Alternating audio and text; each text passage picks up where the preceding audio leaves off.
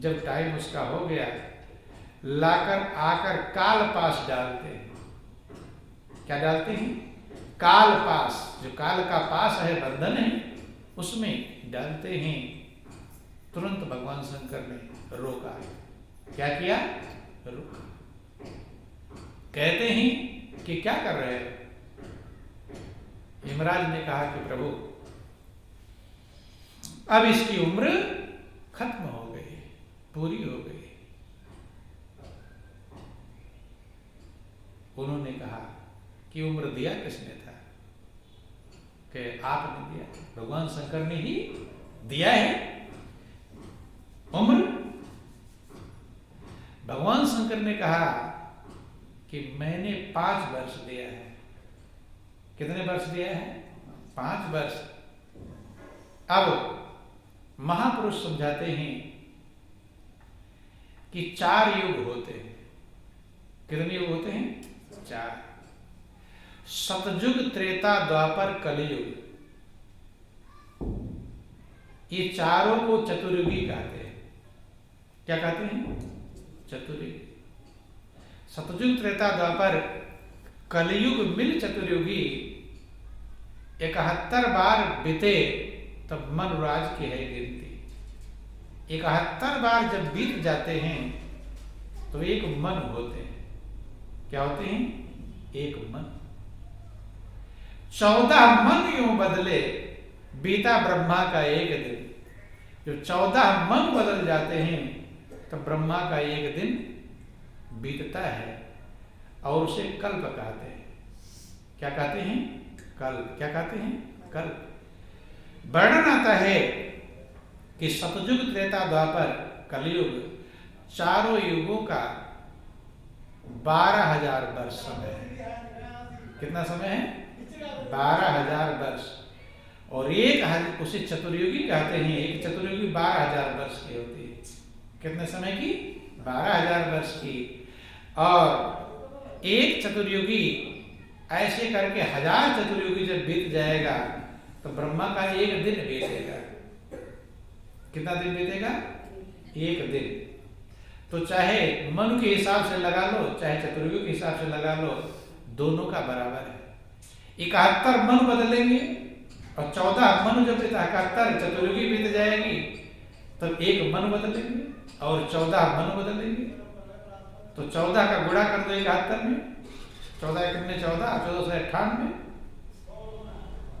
तो हो गया 994। कितना हो गया? 994 तो 1000 ही। कितना समझ लो? 1000 चतुर्युगी जब बीत जाएगा तब ब्रह्मा का एक दिन बदलेगा और फिर इतना ही चतुर्युगी बीतेगा तो ब्रह्मा का एक रात बीतेगी। इस तरह रात दिन से ब्रह्मा 100 वर्ष जिए। इस वाली रात और दिन से, दुनिया वाले नहीं, चतुर्युगी नहीं। इस तरह की जो हिसाब से ब्रह्मा 100 वर्ष जीते। एक कल्प जब बीत जाता है तब ब्रह्मा का एक दिन होता है, रात होती है। ऐसे करके ब्रह्मा 100 वर्ष जीते हैं। तब अब जब ब्रह्मा का 100 वर्ष बीत गया तब ब्रह्मा लय होते हैं। तब वह भी, तब सृष्टि भस्म बिगड़े, कहते तब सृष्टि का लय हो जाता है। और 10 जब ब्रह्मा बदल जाते हैं, कितने? 10 ब्रह्मा बदल जाते हैं तब एक शंकर होते हैं। एक शंकर की जो उम्र है वो 10 ब्रह्मा के बराबर है। तो भगवान शंकर कहते हैं यमराज से। किससे कहते हैं? यमराज से कि मैंने 5 वर्ष दिया था। कितना दिया था? 5 वर्ष। और मेरे हिसाब वाला 5 वर्ष लगा लो। हैं?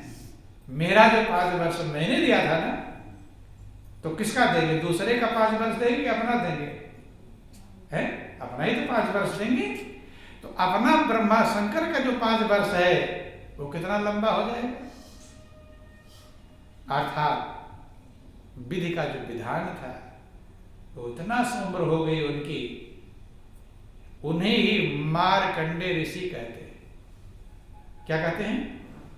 मारकंडे ऋषि। उनके नाम पर पुराण बना है, मारकंडे पुराण। क्या बना है? मारकंडे पुराण। अर्थात उनकी उम्र की कोई सीमा नहीं। कब? जब मनुष्य जीवन पाया और भाग्य का निर्माण किया। क्या किया? भाग्य का निर्माण किया। जैसे नदी समुद्र की तरफ जाती रहती है, ऐसे धर्मशील पर सारे गुण आते रहते हैं। क्या रहते हैं? आते रहते हैं बंधु। मार्कंडे ऋषि की कोई उम्र की सीमा नहीं। उम्र इतनी बढ़ गई, इसका कोई ठिकाना नहीं है। कब? जब धर्म का आचरण किया। किसका किया? धर्म का आचरण। धर्म को संभाला। धर्म को संभालने के कारण मार्कंडे एक पुराण ही बन गया उनके नाम पर। क्या बन गया? पुराण। मार्कंडे बहुत बड़े ऋषि, उनका मार्कंडे ऋषि का भागवत वर्णन तमाम शास्त्रों में, नारद पुराण में वर्णन आता है, उनकी महिमा गाई जाती है। इसलिए कहा जाता है कि मनुष्य अपने भाग्य का निर्माता कहलाता है। भाग्य का निर्माता है, सभी भाग्य के निर्माता हैं, लेकिन जो जितना संभाल पाता है उतनी अपनी कीमत को प्राप्त कर पाता है। लोग भाग्य निर्माण में नहीं लगते, भोग में लग जाते हैं। अब ये खा लो, ये पहन लो, ये पी लो, ये कर लो। लेकिन महापुरुष कहते हैं भाग्य के निर्माण में कर्म को संभालिए तो जीवन कीमती है, अनमोल है, सृष्टि का सिरताज है, सृष्टि का सिरमौर है। जब तक आपको भाग्य बनाने का मौका मिला है, थोड़े दिन की यह मंजिल है, पहुंचा दो असल मुकाम तक। कहीं लूट न ले माया ठगनी। सच्ची मंजिल की तरफ से हम नहीं जा पाते, दाएं बाएं भटकते हैं, तो समझ लेना माया ठगनी हमें लूट रही है। कि माया ठगनिया ने लूटा, हमने नहीं जाना। माया लूटती है और हम सोचते हैं कि हमारे मित्र हैं। ये अज्ञानता है। विचार करें, मनन करें और अपने जीवन को संभालने का प्रयास करें। सच्चे लक्ष्य में लगने का प्रयास करें। यही जीवन का सार है, यही जीवन का लक्ष्य है। इन्हीं शब्दों के साथ बोलिए प्रेम से गुरुदेव महाराज